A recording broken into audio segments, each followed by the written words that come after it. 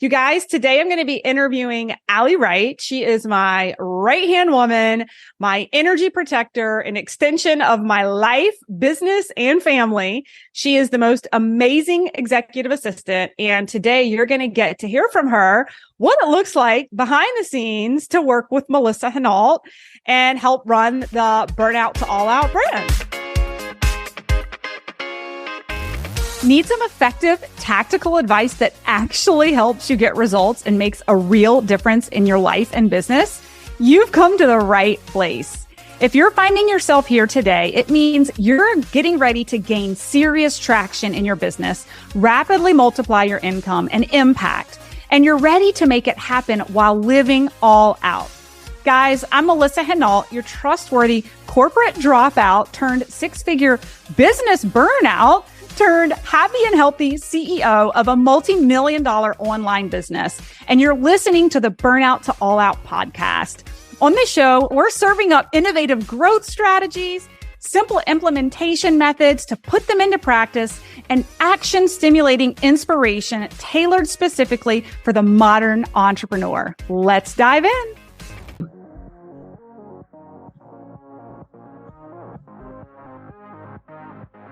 All right. We are live on LinkedIn. So excited to be interviewing my right-hand woman today, Miss Alli Wright, my executive assistant to the Burnout to All Out team and myself. So Alli, welcome to the podcast. I don't know how we've gone this long without interviewing you before.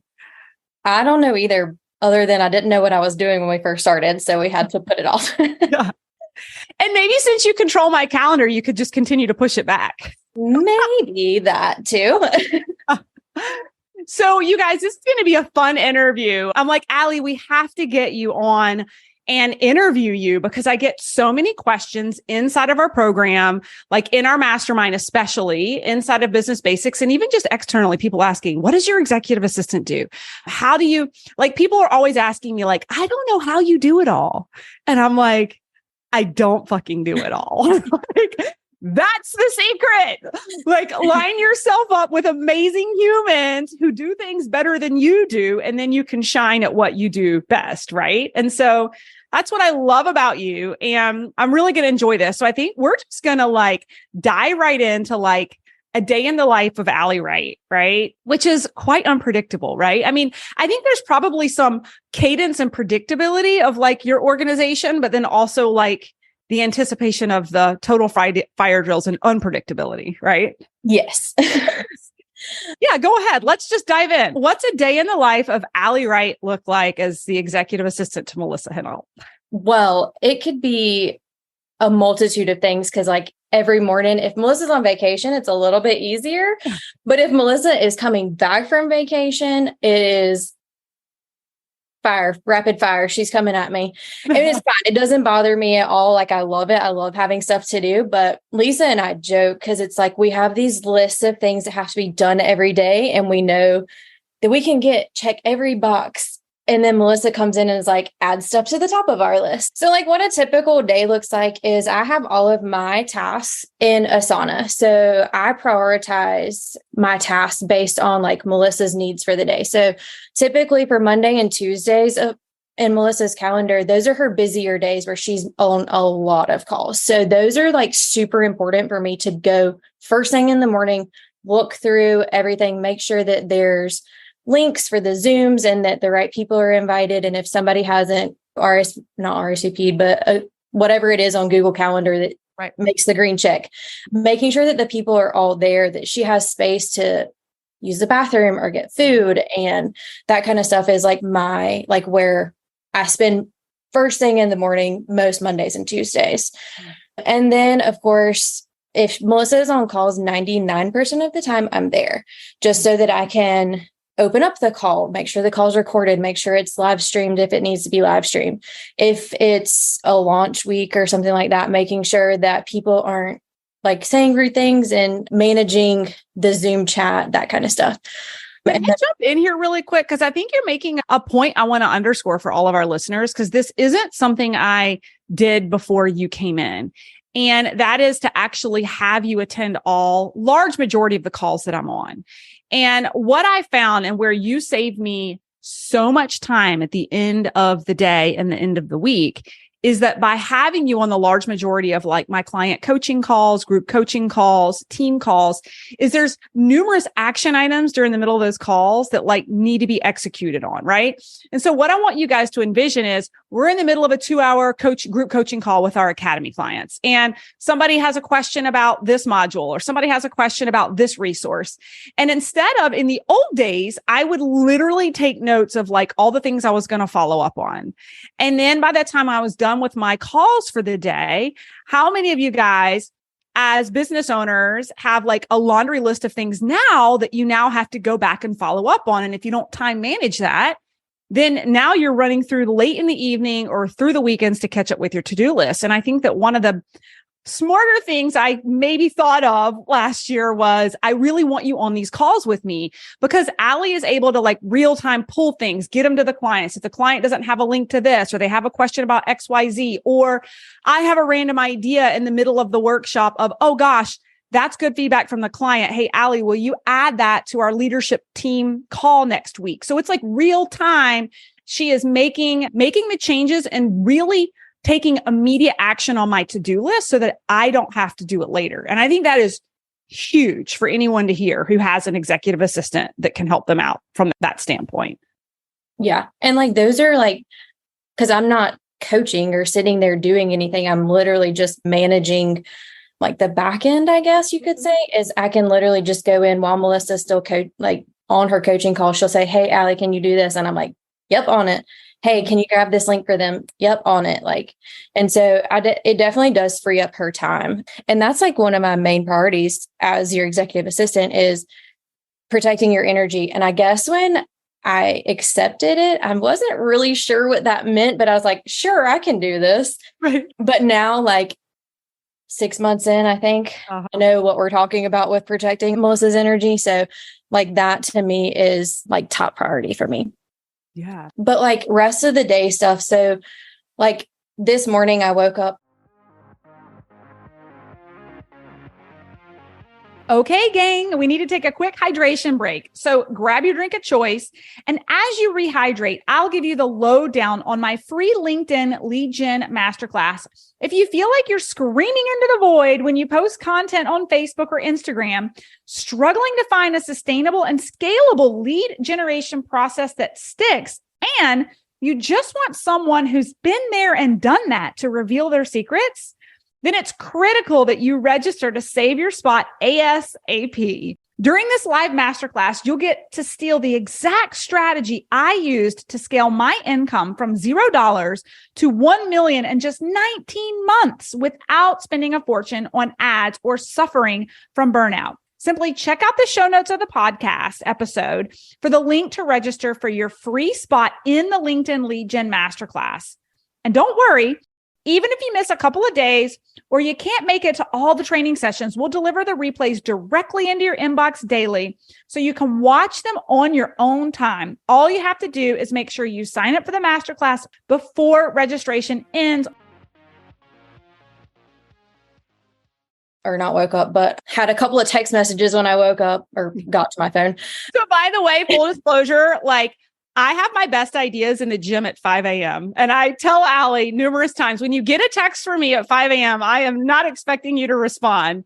She has the patience of Job, right? But this is when my brain has time to think because I'm not in go mode working or facilitating or coaching, and I don't have kids asking for things. So like Alli wakes up and gets ready for her day and she has like 12 texts from me already, right? Okay, go ahead. Yeah. And I have learned, well, actually, I've always done this. My phone's on Do Not Disturb, so it really doesn't bother me. And then there for a while, we were accountability buddies, waking up first thing in the morning to work out. So we need to pick that back up. And I quit. Oh. I need to get back on that, but it's been PM workouts for me recently. But yeah, so like I can wake up to anything that Melissa's asking me to do. And it's honestly really easy because it's all written out and I know what I need to do, or she voice messages me and then I can go through it.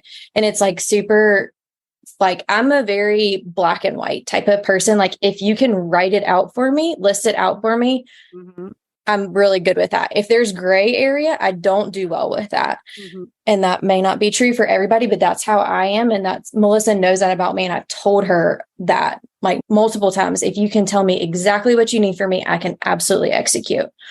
So yeah, that's a rough day in the life. Yeah. Well, and what you point out that I think is really important for a lot of entrepreneurs who are looking to hire, right? Maybe it's a virtual assistant, maybe it's someone part-time to get started, or maybe it's a full-time executive assistant. But you and I started with a very specific list of activities, right? Of like, this is what I really need you to do, right? And you were able to take that list and import it into what we call Asana so that you have daily tasks that you can move, right? And so like one of the things that Alli never misses, and we talk about protecting my energy and saving my energy, right? Like we have rolling call notes for our monthly leadership call that we're going to have later today. We have rolling call notes for our weekly team calls. Alli, every week at the end of the week, creates a new document for the rolling call notes for the next call and puts it in the calendar for the next week. And the leadership team can put in what they want to talk about within their subcategories, right? But the bottom line is it's such a well-oiled machine, and you are such a critical piece to that, because prior to that, every week I was creating the document, I was sending it out to everybody, and it takes up a lot of my time.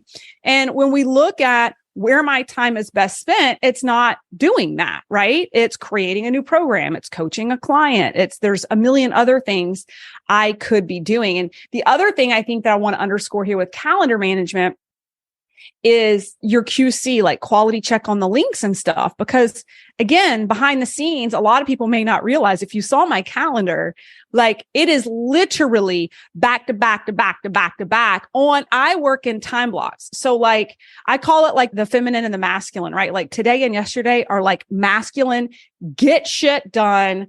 There is not a lot of time in between. And you do a really good job of making sure everything's lockstep, because all it takes is one link missing, one person who needs to be on the call that didn't accept. We show up back to back, and then we implode because we're behind because of the organization of the lineup, right? But because we're such a well-oiled machine, we're able to condense like Tuesday and Wednesday this week into all the business strategy. But then Thursday, Friday is feminine flow. It's like completely wide open for me to work on projects that I need to work on. So I think you're just masterful at like managing that behind the scenes, right? And kind of controlling that. Yeah. And I will say, when I first started, your calendar gave me palpitations. Like my heart would flutter just like looking at it, because it's so much. Yeah. And then you're like, okay, well, trying to like plug in other things. People are asking for check-in calls and all kinds of other stuff. And I'm like, I don't know. And I'm a perfectionist, and I'm not like I don't care really what people think, because I'm an Enneagram 8, but at the same time, like I don't want to let people down. Right. So like in my head, when I first started, I was like, oh gosh, if I put this call here, is that good or is that not okay? Right. And now I'm just like, I'll put it there. Melissa will tell me if she doesn't like it, and I'll move it. It's not a big deal. Like, yeah. But yeah, so like that was like my biggest fear, because obviously coming into this, I'd never had any experience as an executive assistant. I was a nurse, which is because I had good organizational skills, and I can triage things, and I have critical thinking skills. So all of those kind of flowed over, but no experience managing somebody's calendar or having tasks like this done. I wiped butts for a living. So speaking of managing calendars, you even help manage other people in their calendars, right? So for instance, I actually have a house manager, Kimberly, who helps in the house. And actually, Alli has helped me organize her task list. And there's things that the house manager does that's delegated from Alli on things that need to be shipped to the house, right? So like our workbooks for our clients come to my house. And so our birthday cards to our clients come to my house. And Alli is able to organize a task list for the house manager to make sure and check in that all of those things are being done. And let's talk about the kids' calendar, right? Like people think just my calendar is crazy. Let's talk about the 3 kids and the husband who's the senior vice president of a company, and he has a calendar too. Like, can we talk about how you manage all of that? Yeah. So Melissa will basically just say, hey, this is the kids' calendar for the school calendar for the year. Can you put it in?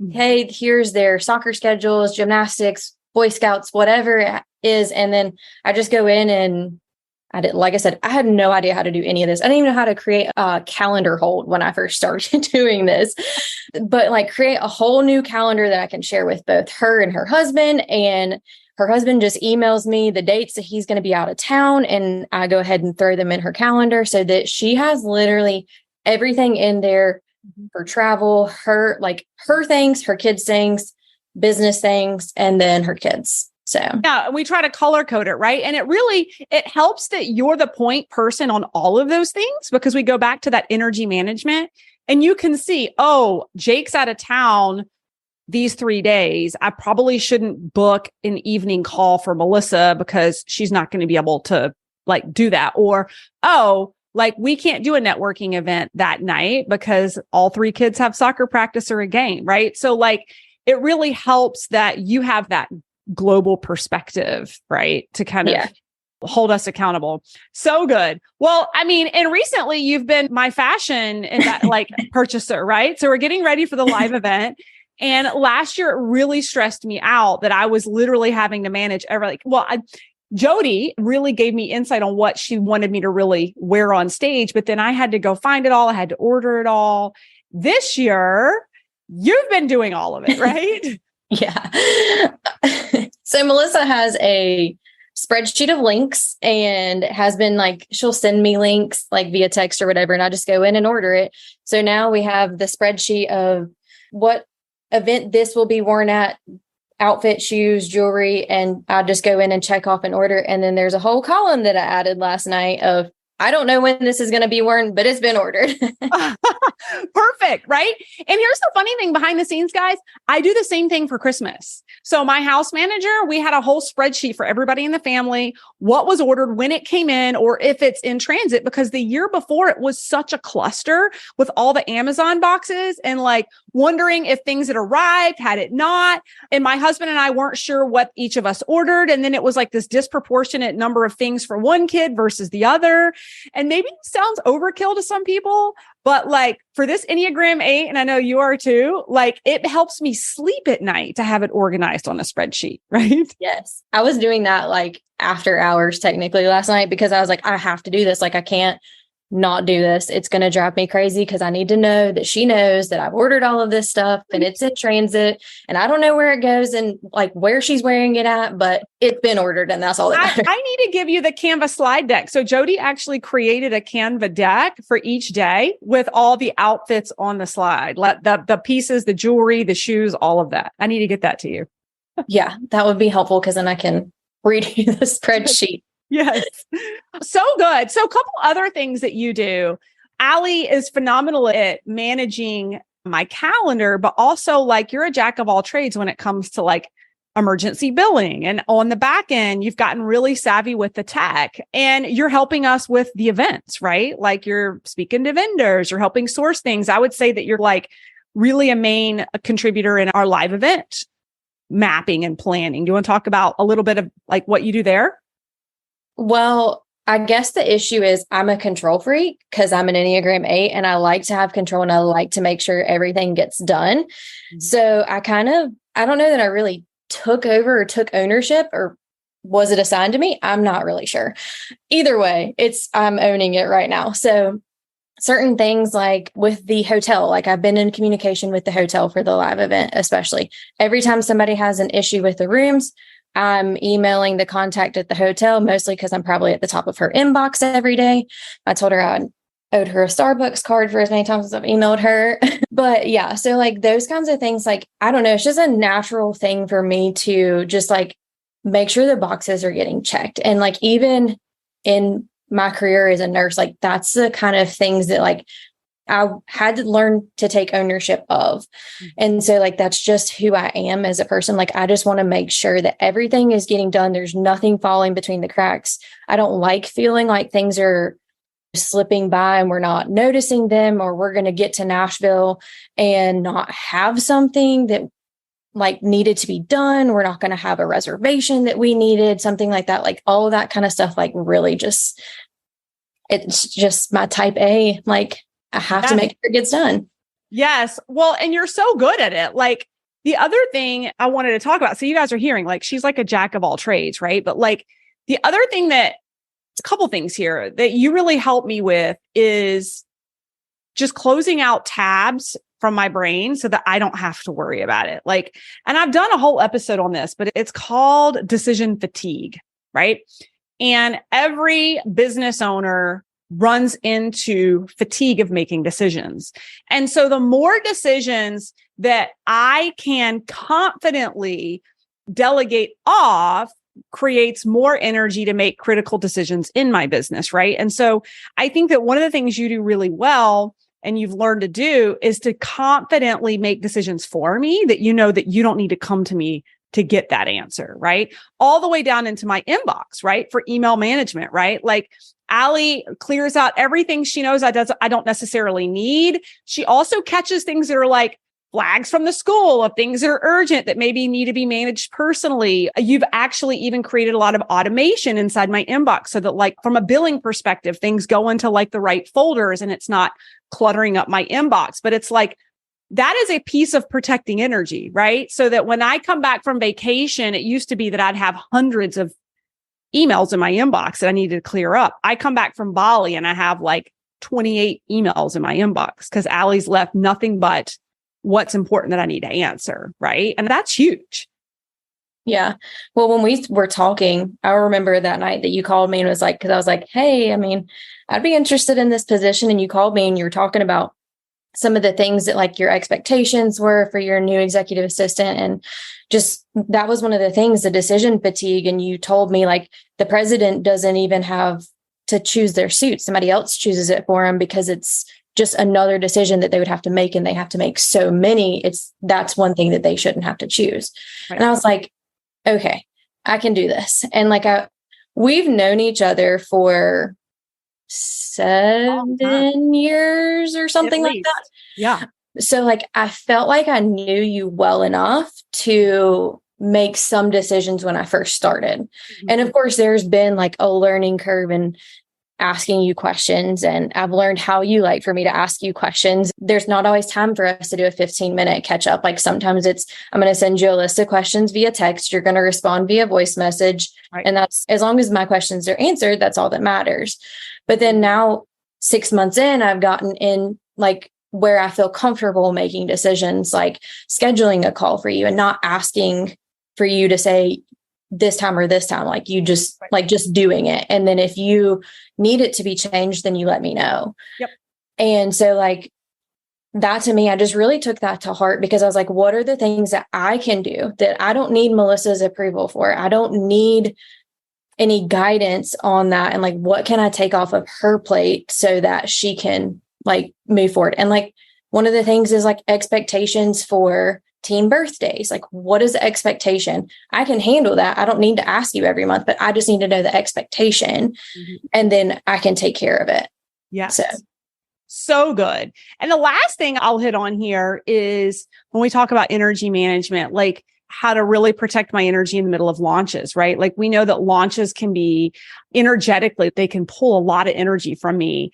And you and the team collectively have learned how to triage certain things that are coming into the business and be like, okay, is this something that truly needs to come across Melissa's desk in the middle of launch? Or is it something we can set aside and circle back with her post-launch, right? And kind of just protecting energy, right? And you do a phenomenal job of that.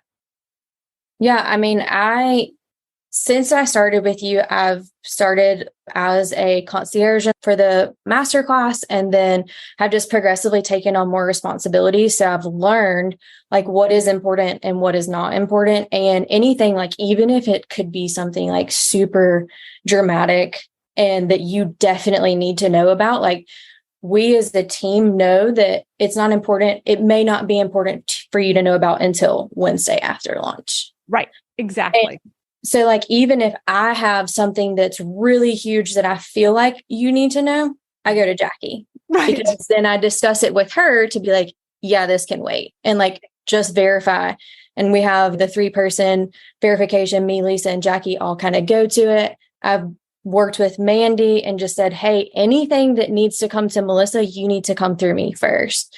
And like, that's how it will also be handled at the live event in Nashville. If anybody needs to say anything other than hello to Melissa, it needs to come to me so that maybe I can help instead of going to her and asking her a question that she may not even know the answer to be honest. So, right. Oh my gosh. And it's so good. And it's so true, right? Because it's funny where our brains go, like what we focus on when it's brought to us. Like I remember one launch, maybe 2 or 3 launches ago, and this happens to people in business when you've got hundreds of clients. Somebody was requesting a refund and it was like a negative Nelly that had awful things to say, which is very, very rare for us.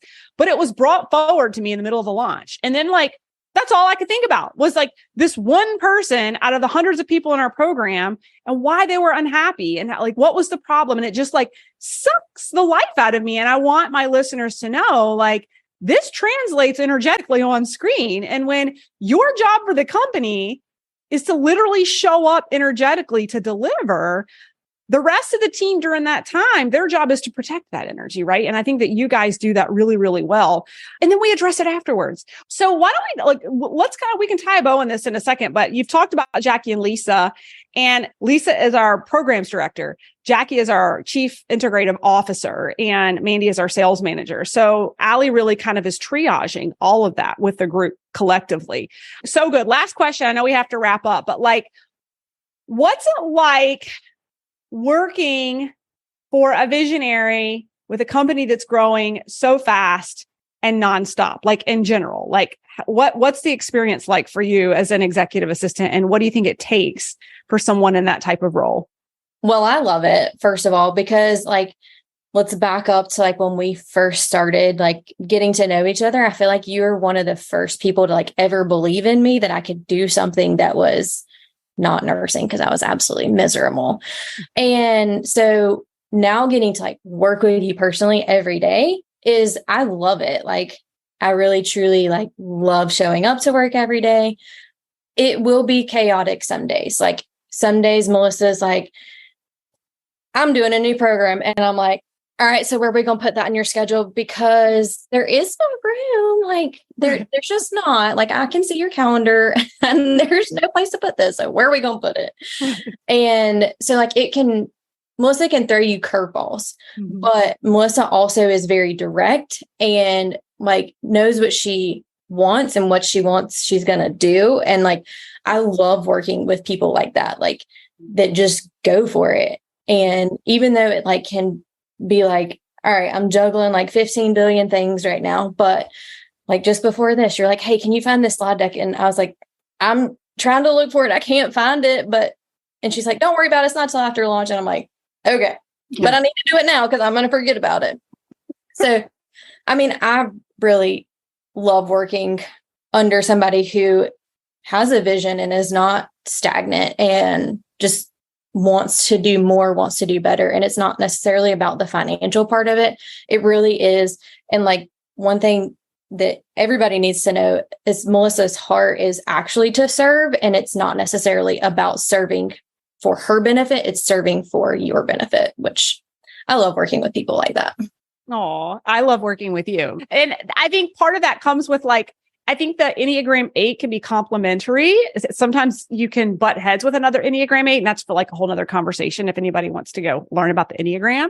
But aligning yourself to someone who does operate very similarly can make communication a lot easier, right? Yeah.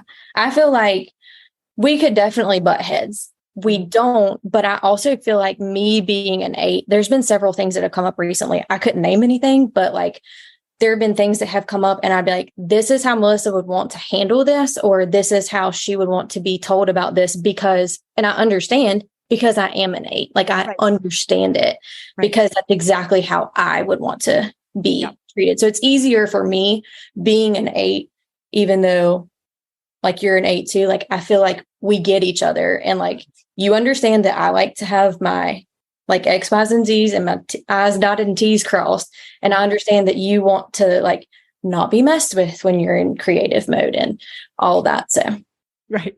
Well, it's so good, right? It's just boundaries, right? Yeah. Well, and I'll say this, I think that one of the things you do really, really well, and you kind of walked folks through it in the beginning, but it's the time management of like layers. And I guess where I wanted to put this out there for all the listeners who are maybe looking at interviewing for executive assistants and you're in a rapidly growing business that's constantly evolving. And really, I think even in the EA in a corporate world, it's got to be very similar, because even though you have your day-to-day tasks, your job is to support the CEO, which is totally unpredictable on any given day. And so time management comes really, really important, that you don't necessarily have your whole calendar full for the day of doing your predictable tasks, but that there is a nice buffer in there every day of the shitstorm that's going to come at me for what Melissa needs, right? Because if you don't anticipate that, because I remember with someone I worked with in the past, I'll never forget it because it totally rubbed me the wrong way.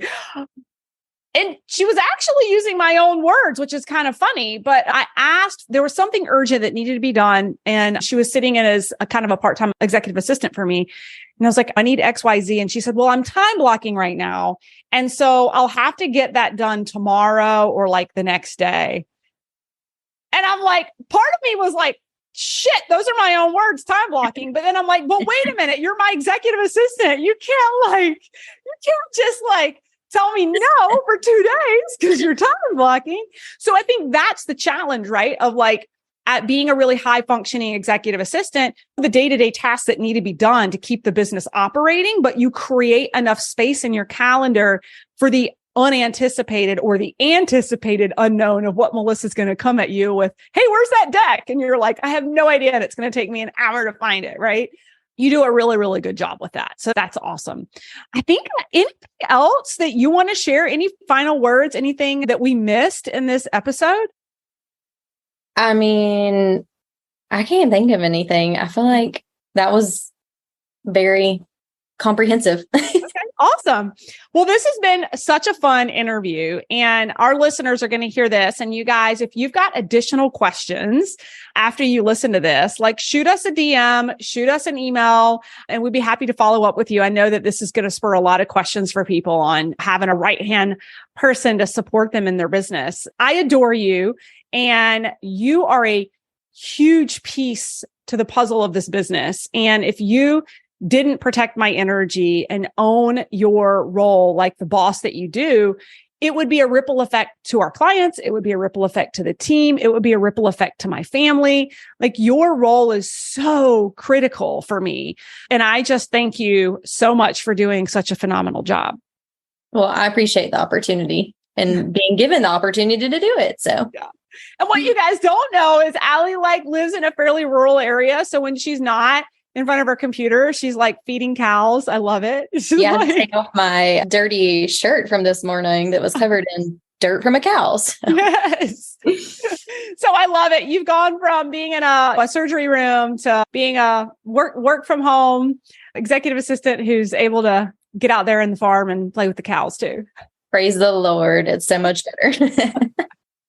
Well, thanks so much for joining us today, Alli. And if you guys are coming to Burnout to All Out Live, you'll get to meet her face-to-face in Nashville. So we hope to see you guys there. Thanks, Alli. Yeah, thank you. All right. Thanks, guys, so much for listening in on today's podcast episode. And I can't wait for you to see my upcoming guest in the next episode. You are going to love this keynote speaker. Hey, here's the deal. If you liked this, please subscribe and leave a review. And you want the latest online business growth strategies and exclusive LinkedIn pro tips sent straight to your phone? Text the word update to 704-318-2285. That is, text the word update to 704-318-2285. Can't wait to see you guys. Come find me over on Instagram, LinkedIn, Facebook, wherever you like to hang. Cannot wait to hear how you are enjoying and applying what you're learning. You guys reach out to me over on social because I love hearing what's resonating with you. When you reach out to me and you send me those personal DMs, they really do impact the content I continue to bring forward to you. So again, come find me, Melissa_Hinault over on Instagram, Melissa Hinault over on LinkedIn and Facebook. Can't wait to see you guys over there.